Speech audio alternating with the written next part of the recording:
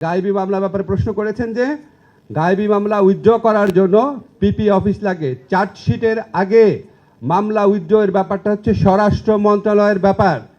Please একটু শুনে রাখেন ভালো করে। চার্জশিট হয়ে যাওয়ার পরে আইন উপদেষ্টার ব্যাপার। তাও আমার ইচ্ছায় সব হবে না, কারণ আপনারা নিশ্চয়ই চান না আমি সব বিচারককে নির্দেশ দিই। আমার করতে হবে পিপি অফিসের মাধ্যমে। আমাদের এখানে শেখ হাসিনার সাথে সাথে সমস্ত পিপি পালায় গেছিল কিনা বলেন? এখন পিপিদেরকে নিয়োগ না দিয়ে আমি কিভাবে কাজ করব? পিপিদেরকে নিয়োগ দেওয়া হয়েছে 4,500 পিপিকে। 4,500 পিপিকে নিয়োগ দেওয়া হয়েছে 1 লক্ষের মতো অ্যাপ্লিকেশনের উপর কাজ করে।